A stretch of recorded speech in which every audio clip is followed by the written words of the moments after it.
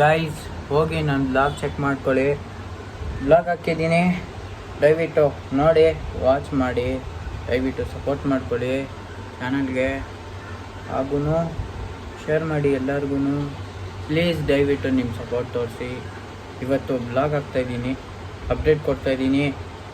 ಇದು ಅಪ್ಡೇಟ್ ಸ್ಟೋರಿಗೆ ಹಾಕ್ತೀನಿ, ಬೇಗ ಚೆಕ್ ಮಾಡ್ಕೊಳ್ಳಿ, ನೋಡಿ ಬ್ಲಾಗು.